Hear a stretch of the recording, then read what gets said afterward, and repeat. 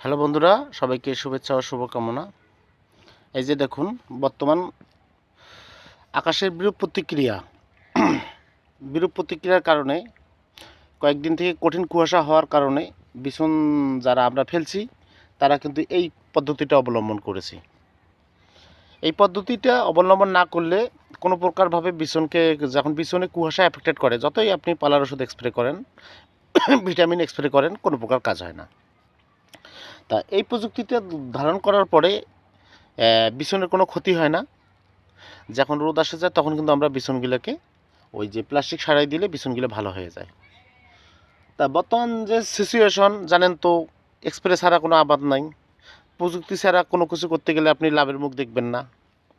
তাই প্রযুক্তিকে ধারণ করে লালন করে এই ধরনের বিছন চাষ করা হচ্ছে। দেখি কতটুকু কী হয়।